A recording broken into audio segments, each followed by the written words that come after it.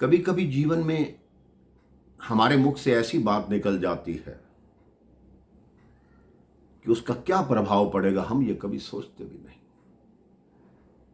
इसलिए जो कुछ बोलिए सोच समझ कर बोलिए, ना जाने दूसरे पर उसका क्या असर हो जाए। किसी गांव में एक वृद्धा महिला रहती थी। वो भिक्षा मांगकर अपना जीवन यापन करती थी। भिक्षा में जो भी प्राप्त होता उसमें से पहले भगवान को भोग लगाती, तत्पश्चात जो बचता वो स्वयं ग्रहण करती। लेकिन दिन रात वो भगवान का स्मरण, भगवान का नाम लेती रहती। एक बार ऐसे दिन आए कि 5 दिन तक उसको कोई भिक्षा नहीं मिली। वो कहती कोई बात नहीं, यही भगवान को स्वीकार होगा। वो कहती है मुझे अपने भूखे रहने का दुख नहीं है, लेकिन मेरे भगवान को भोग नहीं लग रहा। छठे दिन जब वो भिक्षा मांगने गई तो एक नगर में गई।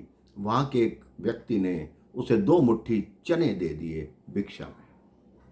घर पहुंचते पहुंचते उसे सायंकाल हो गया। उसने कहा इस समय मैं चने खाकर क्या करूंगी, कल सवेरे इन चनों को पहले भगवान का भोग लगाऊंगी, तत्पश्चात मैं ग्रहण कर लूंगी। उसने वो चने की पोटली अपनी झोपड़ी में बांध दी। रात्रि के समय उसी बस्ती में चोर आ गए, उसकी झोपड़ी में भी आ गए। उन्होंने सोचा इस अम्मा ने जरूर अपने जेवर गहने बांधकर इस पोटली में रखे होंगे। उसकी वो पोटली खोलकर चोर लेकर भाग गए। चोर भागे ही थे कि पूरी बस्ती में शोर मच गया कि चोर आए हैं, चोर आए हैं। चोर भागते भागते भागते भागते संदीपनी ऋषि के आश्रम में पहुंच गए।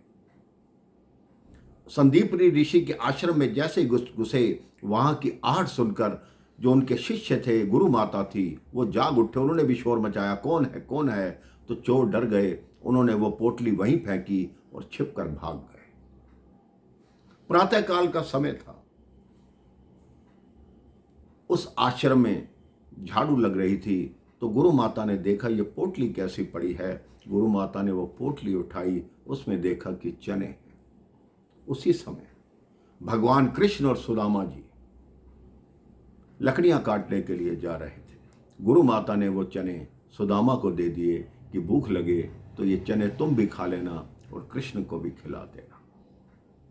अब वो चने लेकर सुदामा जी वहां चले गए। लेकिन मेरे भाई बहन, कई लोग बताते हैं कि सुदामा जी लालची थे, नहीं थे। वो बहुत बड़े ब्रह्म ज्ञानी थे, बहुत बड़े ज्ञाता थे। क्योंकि जिस दिन उस वृद्धा के घर से वो चने की पोटली गायब हुई, उस वृद्धा के मन से आह निकली कि जो भी मेरे चने की पोटली में से चने खाएगा वो सारी उम्र दरिद्र रहेगा। मैं ये शाप देती हूं।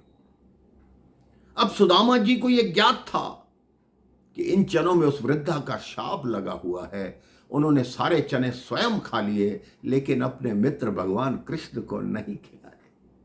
उन्होंने कहा मैं सारी उम्र दरिद्र रहूं कोई बात नहीं, लेकिन मेरे मित्र पर दरिद्रता नहीं आनी चाहिए। मेरे भाई बहन, मित्रता हो तो कृष्ण और सुदामा जैसी। हालांकि आगे चलकर भगवान कृष्ण ने उनकी सारी दरिद्रता दूर कर दी, लेकिन लोग सुदामा पर जो लांछन लगाते हैं वो लांछन नहीं था, वो उनके ब्रह्म ज्ञान का प्रतीक था कि शापित चने हैं, ये तो मैं ही खाऊंगा।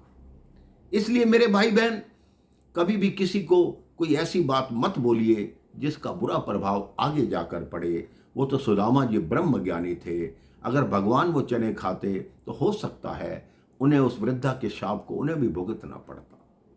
आप भी अपने मन में भगवान का जाप करते रहिए, लेकिन किसी को अपशब्द मत कहिए, प्रेम से बोलते रहिए। राधे राधे, जय श्री राम, राम राम।